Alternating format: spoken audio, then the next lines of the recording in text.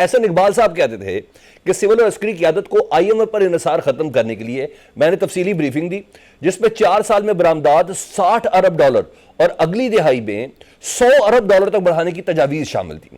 سر یہ بتائیں کیا برآمدات کو $100 ارب تک بڑھانے سے یہ جو ہمارے قرضوں والا معاملہ ہے IMF ہے, کیا ہماری اس سے جان چھوٹ جائے گی کہ اور بھی فیکٹرز ہیں جس پر کام کرنا ہے, جیسے کہ ابھی آپ نے بجلی بتایا, بجلی کے نرخ کم ہونے چاہیے, اور دیگر دوسرے کون کون سے فیکٹرز ہو سکتے ہیں؟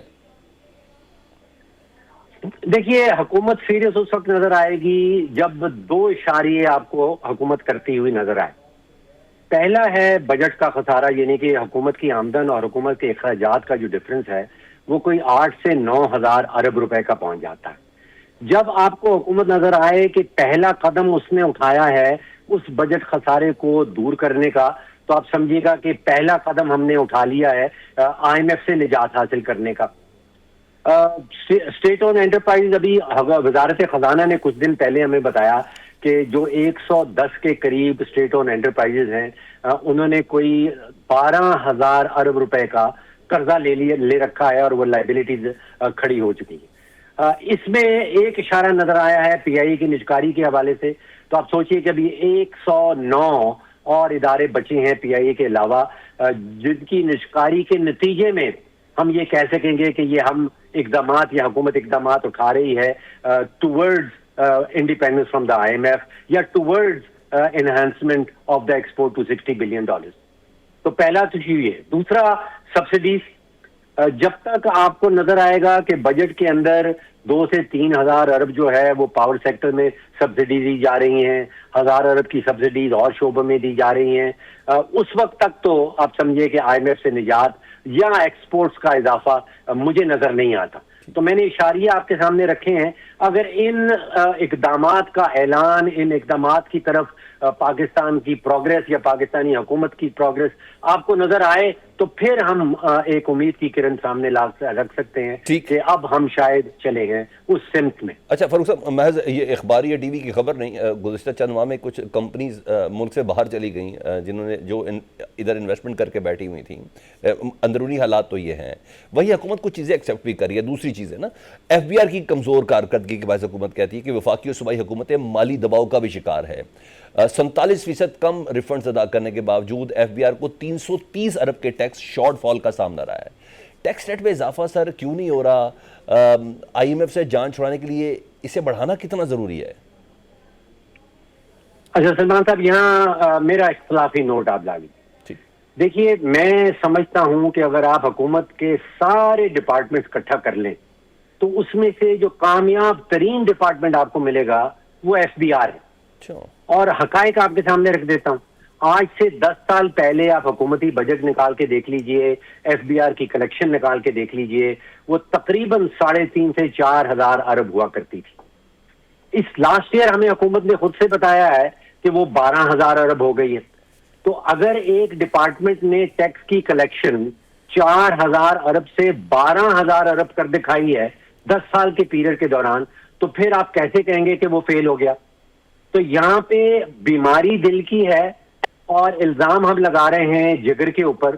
دیکھیے بیماری یہ ہے کہ حکومت کے نقصانات بے تحاشا ہیں, بیماری یہ ہے کہ حکومت کے اخراجات بے تحاشا ہیں, بیماری یہ ہے کہ ہم نے ایک 18ویں ترمیم پاس کر رکھی ہے جس کے نتیجے میں وفاقی حکومت جتنا بھی پیسہ اکٹھا کرتی ہے صوبوں کو بانٹ دیتی ہے.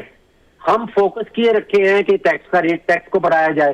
دیکھیے ٹیکس تو بڑھ رہا ہے, اس سے تیز اور ٹیکس کیسے بڑھ سکتا ہے کہ 10 سالوں میں 350 سے 400% اضافہ آیا ہے ٹیکس کی کلیکشن کے اندر. اور یہ میری فگرز نہیں ہے, یہ حکومت خود سے ہمیں ہر سال ہر 6 مہینے بعد, ہر 3 مہینے بعد ٹیکس میں فگر دیتی ہے. تو جب تک تو آپ بیماری دل کی رہے گی اور علاج جگر کا کرتے رہیں گے تو بیماری دور ہونے والی نہیں ہے. سر ابھی آپ نے 18ویں ترمیم کی بات کی نا, NFC ایوارڈ کو بھی ریوائز کرنا حکومت چاہ رہی ہے, IMF کا بھی یہ مطالبہ بھی ہے. وزیر خزانہ محمد اورنگزیب نے گزشتہ 5 سالوں کے دوران NFC ایوارڈ کے تحت صوبوں کو فراہم فنڈ کی تفصیل بھی قومی اسمبلی میں پیش کی ہے. بتائیے کہ جو ریوائز فارمولہ ہے اس کی کم از کم کیا شکل ہونی چاہیے؟ دیکھیے حساب بڑا سمپل ہے. اگر آپ 3 اعداد و شمار سامنے رکھ لیں, حکومت وفاقی حکومت جو ہے وہ تقریباً 17,000 ارب کے